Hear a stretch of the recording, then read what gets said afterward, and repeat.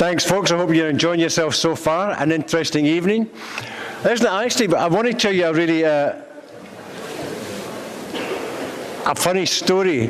I was standing in Byres Road, and I was I think my wife was in the bank, and I was rolling up a cigarette, and I had my beanie on, and these two lovely young people in their mid-20s came towards me and said, "Excuse me, sir, do you mind if we pray for you?" And I thought, dear God in heaven, I must look at the back end of a bus. And I said, actually, tell you what, I'd much rather you prayed for my projects in Afghanistan and my projects in Africa and Palestine. And they walked away from me as if I was a monster. They just couldn't believe it. It was funny. Anyway, I want to tell you an inspirational story. In the 80s and 90s, there was a terrible civil war going on in El Salvador in Central America.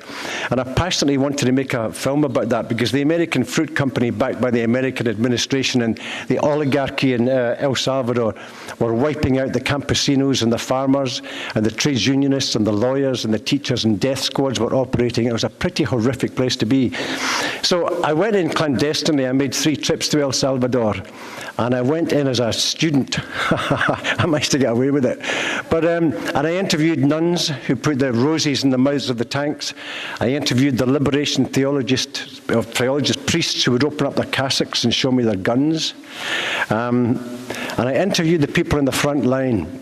And the last person I spoke to on my final trip was a wonderful old man called Alejandro. Now, Alejandro was a farmer from Chalatenango province in the mountains. He and his family had farmed Chalatenango for generation after generation. He had 3 sons. 2 of them were shot dead by the army, and the 3rd one was wounded and in the forest with the guerrillas, the freedom fighters.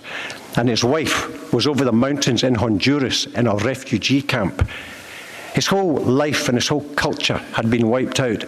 And he sat in a little shack in the capital, in the shanty town of San Salvador, which sits in a river of mud in the center of the city. And the rain was drumming off the roof, the corrugated roof, and I sat on the floor. And he told me his story, and he had the most wonderful wizened old face. His life was over, and he said to me, but he had a sparkle in his eyes, and he said, "David, I can only forgive them, because if I don't forgive them, I will only continue the violence my sons and my people died to stop." Now, I'm a pacifist.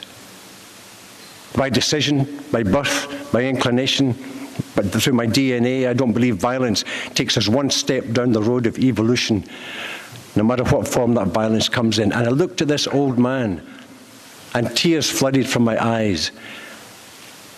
Because I thought, I'm a pacifist, but if I go home now and I find a death squad had taken out my wife and my 3 sons and shot them, I would want to pick up the nearest machine gun and turn them all to strawberry jam.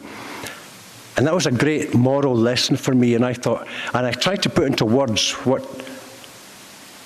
Alejandro meant, and the only phrase I could come to was he'd reached some sort of state of grace.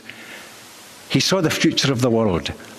If we don't find forgiveness and love and compassion in our hearts, we'll just destroy life on this earth.